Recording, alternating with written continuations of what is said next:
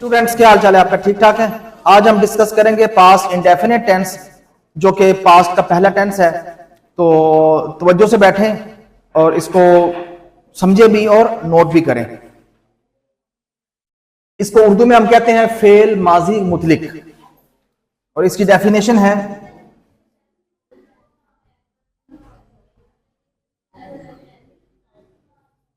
ऐसा टेंस जिसमें किसी काम का करना, होना या सहना माजी या गुजरे हुए जमाने में पाया जाए। माजी या गुजरे हुए जमाने में।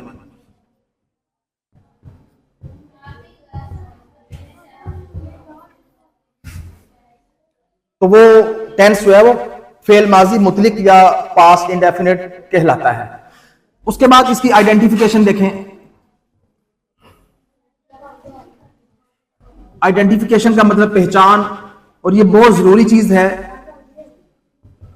जब तक आपको आइडेंटिफिकेशन नहीं होगी तो आपको पता नहीं चलेगा कि ये सेंटेंस जो है किस टेंस का है। तो पेपर में क्योंकि मिक्स होते हैं सेंटेंस, या पैराग्राफ अगर आपको आएगा तो वो भी मिक्स होगा।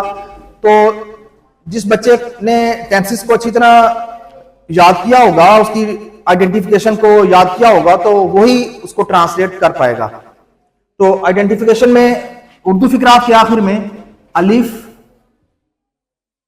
छोटी जे, बड़ी जे, या, था, थी, थे आता है।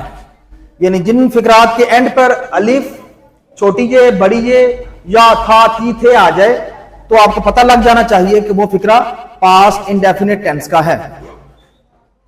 अब इसको बनाने का तरीका देखते हैं। Affirmative sentences.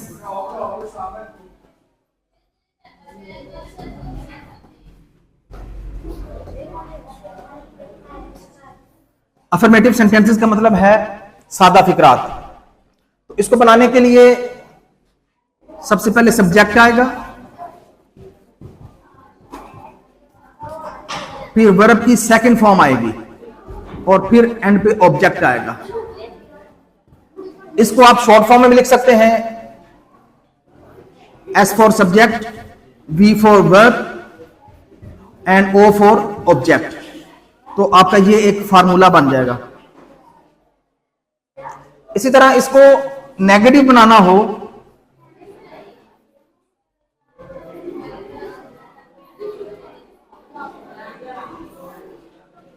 तो फिर उसके लिए फार्मूला जो होगा वो होगा subject plus did not plus verb की फर्स्ट फॉर्म प्लस ऑब्जेक्ट। अब आपने याद रखना है कि सिंपल या अफर्मेटिव सेंटेंस में वर्ब की सेकंड फॉर्म आएगी, लेकिन नेगेटिव में क्योंकि डिड आ जाएगा तो उस वजह से वर्ब की फॉर्म फर्स्ट हो जाएगी। तो नेगेटिव या इंटरोगेटिव सेंटेंसेस में वर्ब की सेकंड फॉर्म नहीं बल्कि फर्स्ट फॉर्म यूज होगी। इस तरह इंटरोगेटिव को देख लें।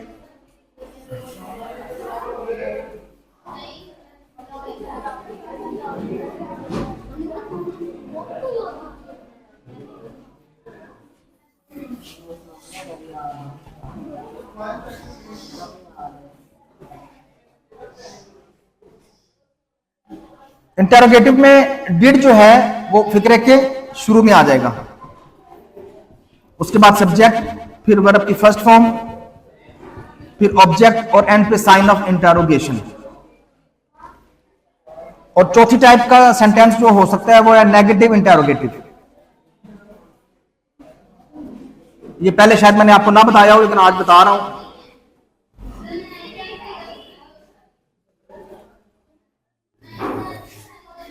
यानी कि इस तरह के सेंटेंसेस में नेगेटिव भी होता है और इंटरोगेशन भी होती है, यानी कि सवाल भी होता है। Did plus subject plus not plus verb की first form plus object plus sign of interrogation. अब इसकी कुछ एग्जांपल्स देख लेते हैं हम।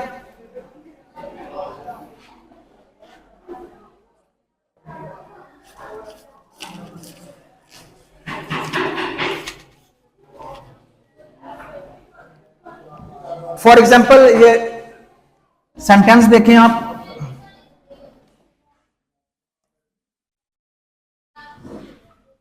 वो मुझे कल मिला था। अब देखें एंड पर था आ गया, तो ये आपकी आइडेंटिफिकेशन आपने पहले सीख लिया कि जिसके फिक्रे के एंड पे था आ जाएगा वो पास्ट इंडेफिनिट का होगा। तो फार्मूले के अकॉर्डिंग देखें तो पहले सब्जेक्ट क्या आएगा, वो, अगर मेल है तो ही, अगर फीमेल है तो शी, अगर जानवर या बेजान चीज है तो इट आएगा। तो मिलने की इंग्लिश होती है मीट, तो उसकी सेकंड फॉर्म क्या होगी, मेट। ही मेट मी, कल के लिए जो गुजरा हुआ कल होता है उसके लिए यस्टरडे होता है।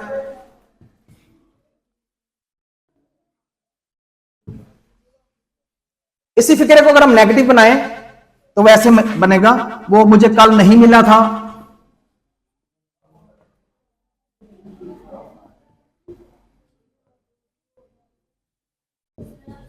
He did not meet me yesterday.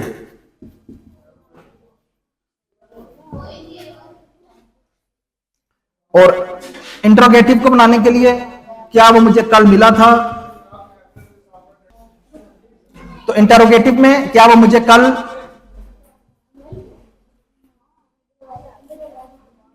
मिला था।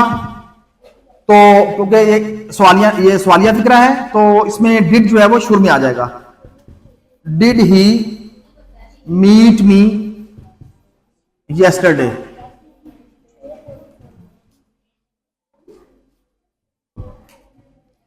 और इसी तरह नेगेटिव इंटरोगेटिव में क्या वो मुझे कल नहीं मिला था।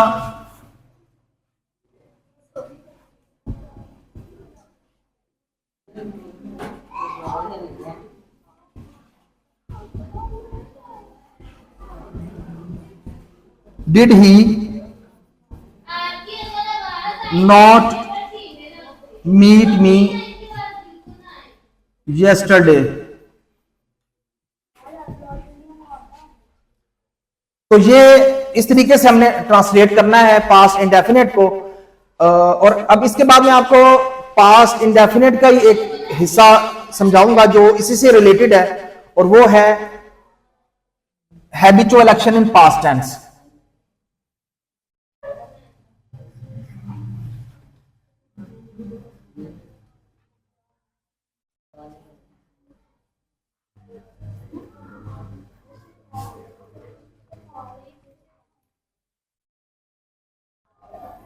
इसको हम उर्दू ग्रामर में माजी इस्तिमरारी कहते हैं।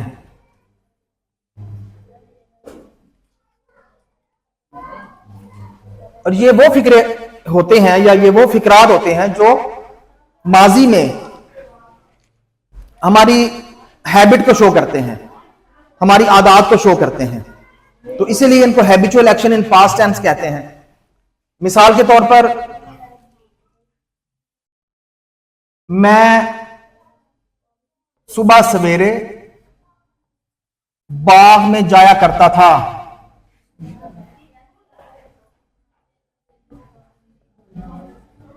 तो इसमें करता था ये शो करता है कि मेरी माजी में ये आदत थी या हैबिट थी। तो इसके लिए याद रखें, इसको ट्रांसलेट करने के लिए हम यूज टू का इस्तेमाल करेंगे।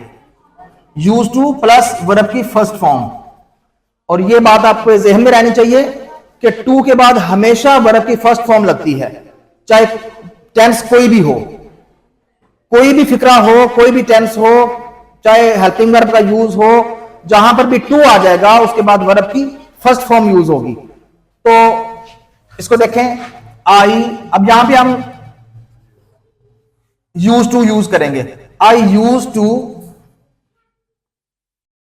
गो to garden early in the morning.